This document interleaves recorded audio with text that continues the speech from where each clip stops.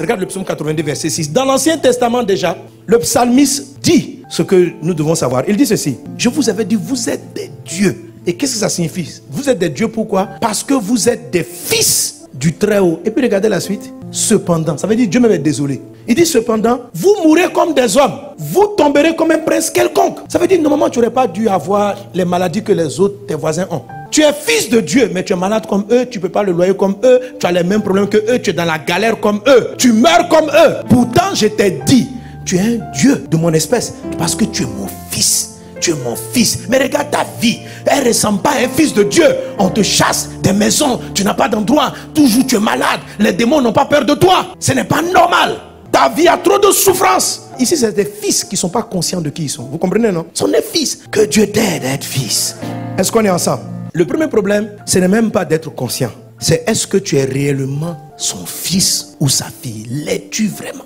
Parce qu'il y a beaucoup de personnes qui se prétendent fils, mais qui ne le sont pas. Jean 8, verset 30. Comme Jésus parlait ainsi, plusieurs crurent en lui. Amen. Et il dit aux Juifs qui avaient cru en lui: si vous demeurez dans ma parole, vous êtes vraiment mes disciples. Vous connaîtrez la vérité et la vérité vous affranchira. Amen. Donc Jésus a commencé à parler aux Juifs qui avaient cru en lui. Ça veut dire des croyants qui croyaient en Jésus. Mais regardez la suite de leur entretien. On va aller au verset 40. Mais maintenant, vous cherchez à me faire mourir. Moi qui vous ai dit la vérité que j'ai entendue de Dieu, cela Abraham ne l'a point fait. Vous faites les œuvres de votre père. Il lui dit: nous ne sommes pas des enfants illégitimes. Nous avons un seul père, Dieu. Jésus leur dit: si Dieu était votre père, vous m'aimeriez. Car c'est de Dieu que je suis sorti et que je viens. Je ne suis pas venu de moi-même. C'est lui qui m'a envoyé. Pourquoi ne comprenez-vous pas mon langage? Parce que vous ne pouvez écouter ma parole. Verset 44. Vous avez pour père le diable et vous voulez accomplir les désirs de votre père. Alors, on voit un groupe de personnes qui croyaient en Jésus. Jésus les a pris à l'écart pour leur parler de sa parole. Ils croyaient que Jésus était puissant. Ils aimaient bien Jésus. Ils aimaient les œuvres de Jésus. Mais malgré cela, Jésus dit: votre père, c'est le diable. Et lorsque Christ l'a posé, vous pensez que qui est votre père? Ils ont dit: notre père, pour nous, c'est Dieu. Jésus dit: si Dieu était votre père, vous feriez ses œuvres. Dieu n'est pas votre père. Ça veut dire qu'il y a des gens qui sont des croyants, qui viennent à l'église, qui marchent un peu avec Jésus et qui croient que Dieu est leur père. Dieu n'est pas leur père. Et Jésus dit: pourquoi? Parce que quand je parle, vous ne recevez pas mes paroles. Vous ne recevez pas. Ça veut dire qu'il y a des gens qui viennent à l'église, qui aiment bien la chorale, qui aiment bien les messages du pasteur, qui aiment bien, quand ils lisent la Bible, c'est pas mal. Mais il y a des choses que Jésus dit qu'ils ne reçoivent pas. Ça veut dire qu'ils ont des cœurs qui rejettent la parole de Dieu. Comment est-ce qu'on devient fils de Dieu? Jean chapitre 1 verset 12. Mais à tous ceux qui l'ont reçu et à ceux qui croient en son nom, donnez le pouvoir de devenir enfants de Dieu. Alors, quand tu reçois Christ comme la parole, ça veut dire que tu acceptes la parole. Tu la prends. Quand tu reçois, tu deviens son enfant. Si tu rejettes sa parole, tu n'es pas son enfant. Si tu rejettes sa parole, c'est parce que tu as accepté notre parole. Tu vas dire: comment on rejette la parole? C'est ceux qui font des tris. Ils aiment les messages qui les arrangent. Jésus dit: tu seras guéri. Amen. Tu vas voyager. Alléluia. Hey. Alléluia.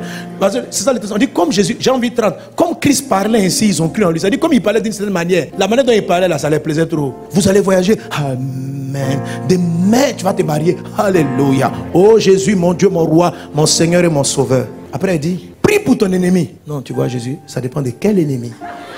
Quel ennemi? Cet ennemi-là, le juge, je l'ai attrapé. Il va me sentir.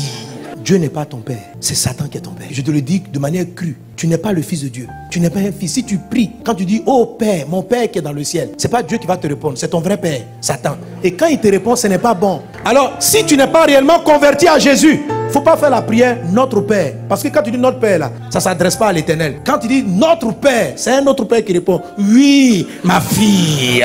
Et lui, quand il arrive, c'est du malheur. Son exaucement est à mort. Oh Père, viens sauver mon foyer. Il dit: merci. C'est là ton problème de couple va s'exagérer. Quand vous priez et puis les problèmes s'exagèrent, posez-vous la question: mais qui est le Père? Le Père là, ça s'adresse à qui? Qui te répond? Ceux qui peuvent dire Père, c'est ceux qui ont reçu sa parole. C'est-à-dire, quand ton Père dit: aime tes ennemis, prie pour eux. Papa, je ne comprends pas, mais suis ta parole. Ça veut dire quoi? Tu es quelqu'un qui a reçu la parole. Il y a trop de gens qui discutent avec l'évangile dans leur cœur. Tu as assis, tu écoutes les messages, mais ton cœur est en train de faire un tri. Oui, ça je peux accepter. Si c'est pour me bénir pour mon mariage, ça c'est bon. Pardonner à mes ennemis, ça je ne peux pas faire ça. Matthieu 5, 43 dit quoi? Faites du bien à vos ennemis. Priez pour vos ennemis. Vous avez appris qu'il était dit, tu aimeras ton prochain et tu haïras ton ennemi. Mais moi je vous dis, aimez vos ennemis, bénissez ceux qui vous maudissent, faites du bien à ceux qui vous maltraitent, ceux qui vous haïssent, priez pour tous ceux qui vous maltraitent et qui vous persécutent. Amen. Afin que quoi? Vous soyez fils de votre Père. Ça veut dire quoi? Un chrétien qui ne peut pas obéir à Jésus pour prier pour ses ennemis n'est pas fils. Il dit, si vous êtes comme ça, c'est afin que vous soyez fils de votre Père qui est dans le ciel. Es-tu son fils? Es-tu sa fille?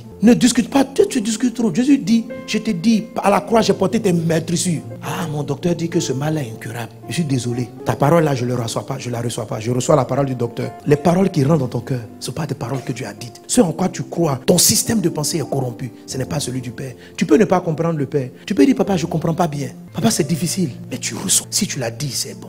Amen. Que Dieu soit ton Père. Que Dieu soit ton Père. Reçois ces paroles. Ne sois pas un de ces croyants-là qui vient à l'église sans que Dieu ne soit son Père. Que Dieu soit ton Père. Tu vas voir la différence. Alors quand tu vas dire, oh mon Père qui est dans le ciel, il y aura une grande différence.